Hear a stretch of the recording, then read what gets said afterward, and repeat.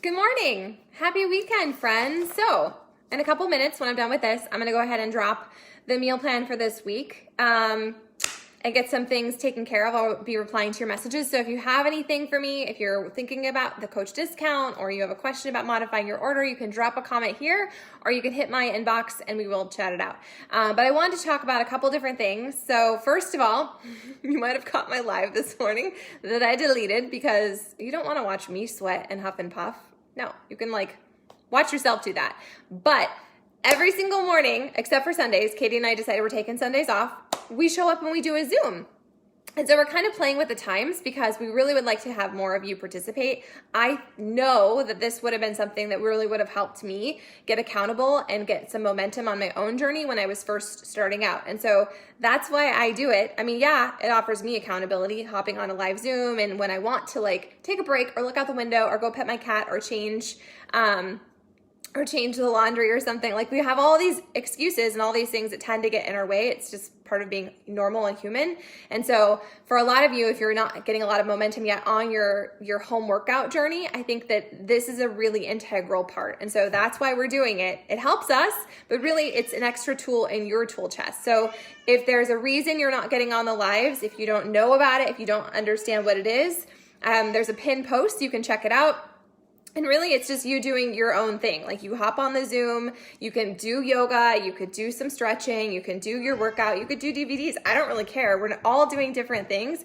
It's just about knowing that there's someone else on the other end of the screen, on the other side of the screen. And so if you are struggling with staying consistent and being honest with your own journey, it's an extra tool in your tool chest. So like I said, if there's a different time or something, or if there's some kind of obstacle in your way, and you're not brave enough to post it here, you can secret scroll me or whoever is your coach in this group, because we just want you to get momentum on your journey. That's what it's all about.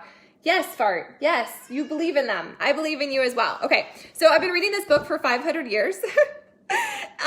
It's really, really good. I highly recommend it. But yesterday I was reading it. And I took a whole bunch of notes and I wanted to go live, and I was going to go live yesterday, but then my kids kind of ruined my mood. So I was like, I don't want to come in here with a whole bunch of energy. But we all have stories and we all have self-limiting beliefs, and we have things that, maybe someone said to us, or maybe it's a belief that we adopted. For me, I never felt like I belonged. I never felt like I had really solid friendships when I was younger. And so that's why I have been so passionate about creating a community now that I'm a coach, because I can create that environment for people just like me who maybe they didn't belong, or maybe they were kind of awkward or weird. And so I want everyone in life to find their tribe. And I'm not for everyone, but that's my heart. And so the chapter I was reading in this Joy Seeker, it was about, first of all, it hit me in the feels because she was talking about being real and being honest with yourself. And so we talk so much about cultivating joy and looking for the good and shifting your filter. But something that working with Brianna, if you don't know who Brianna is, she's an amazing unicorn in this group. She's an energy practitioner. She has an energy practice. I talk about her a lot, but she really helped me realize that it was okay to feel your feelings, especially if they were messy, that you didn't have to stuff them down, that you didn't have to put a filter on it, that it's really, really important to feel your feelings. And I was always one of those people where if it was messy, I didn't want to show it. I wasn't a crier. I would eat my feelings. I would do all the things to mask my feelings instead of actually just honoring the feelings, feeling the feelings, and then surrendering them. So that was the first part of this. But she was talking about being tired, which was funny because it coincided with my rest post a couple days ago. Because if you were like me, you're not a very good rester. It feels selfish and it feels lazy, and I don't like it. And that's something I'm working on, changing the script with that, because rest is really important. And so if you are overtraining or you are overgoing, you're going to create a cortisol you're going to create a cortisol reaction in your body that's going to keep you from losing weight. And it's also just going to help make you feel run down and sad. So rest is just as important as you drinking your water and showing up and moving your body and eating like you love yourself. So that was that kind of hit me because I was tired, but I was I'm going to push through because the people need me. I have to do the schooling. right? We're all wearing all the hats right now, whatever. So if you're feeling really tired and worn out this weekend, I'm encouraging you to lean into that and to rest. And when I say rest, I don't mean like zone out and eat all the things and watch all the TV, but do the stuff that's going to nourish you, like take a nap or go to bed and read a book or just go sit outside and get off of your phone and do nothing. Like I don't give myself permission to do those things. And so I'm giving you permission in case you're the same way and you need it. Like it's really important to rest and to honor that. Okay, so being real, the book says, being real means allowing yourself to be human and seeing that sadness and discomfort can be just as beautiful an experience as joy and happiness. And so I highlighted a couple different things about how, especially if you've been in here a while and you've been working on your journey and you're doing the personal growth and all that stuff, like we can become kind of junkies where we feel like we have to constantly be developing ourselves, like it's never good enough and you're having to level up.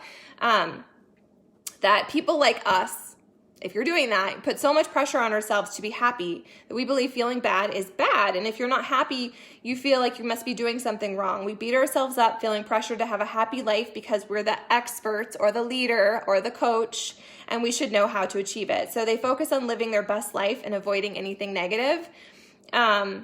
So on the outside, this might seem like a great game plan, but your commitment to feeling good and only being around positive people or good things has a downside, and that means that you feel guilt. Like you legit feel guilt when things are hard. And so I share my reel a lot on social media, and especially lately, I've gotten a lot of flack for maybe being negative.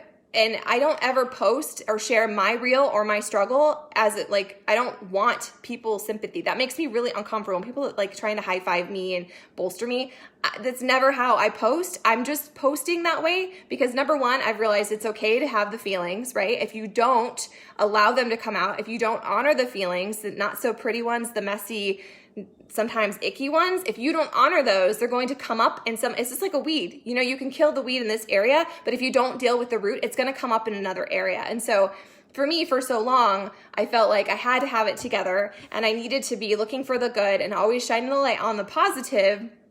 And so I felt fakey and gross when there was still hard stuff. So I share my reel, not for empathy, but to shine a light for you guys so that if you are in the middle of hard or you are in a season of, struggle, you know that there's hope, and it really is about your perspective, to honor it, to feel it, to allow it, but to know that you, at any point, you can choose to shift your perspective and to focus on what you'll grow from it, what you'll learn from it. And this is something that really annoys me quite a lot because something shitty will happen or something that's just like, the old me would have like a total temper tantrum and freak out and spiral. And now when things happen, because I've done so much of this work, it's not me. It's just because I've chosen to do the personal development and to read the books. And I know that yes, we hear you. Come here. I know that life happens to us, but it's all about how you choose to grow from it and learn from it. And so is life happening to me or is life happening for me? Is life happening to you or is it happening for you? Okay, so your feelings, whatever they are valid. And sadness is just a part of life, and it's not always going to be unicorn poop and rainbows, but it's just, it's about embracing where you're at, and it's about embracing where you're at. So I highlighted that. There was something else. The cat's really distracting me right now. Bart, calm down. So I think moral of the story, here we go. Okay, so when you feel the raw emotions of life, instead of feeling bad for this, just exist with them. Like give yourself a day or give yourself half a day or whatever, okay? Allow them to be part of your journey. And as you do this, you can gracefully live your life more deeply. That's the true essence of feeling connected to your authentic self. Doesn't always have to be joyful. It's okay if it's messy. It just is. Believing we shouldn't be sad is a story our ego projects. So the key is to let go of the stories and the beliefs that are keeping you frustrated and stuck in life. We can learn how to recognize the stories and disengage from those stories. When we are stuck in the stories, it feels debilitating. And no matter how hard we try, sometimes it feels like things just aren't working out in our favor. This is because we believe what we think is true, and we replay the stories in our mind. If we perceive the world as harsh and we feel it is against us, it's the reality we will live. If we feel disrespected and alone, it's because we are disrespecting ourselves. And that super resonated with me because my story, and it's even a piece of my coaching story, right, is never having felt like I belonged or never having felt good enough. And so I don't subscribe to that anymore, but that hit me in the feels because we all have some kind of story. We all have something, and maybe it's something that you've evolved from and you've grown from and you've made huge traction to get away from that, like I can't get traction, or I'm not motivated, or being super fit just isn't part of my story, or I'm not coordinated, or I don't have the time, or I'm not committed, or I'm not consistent. Like we all have those pieces of our story.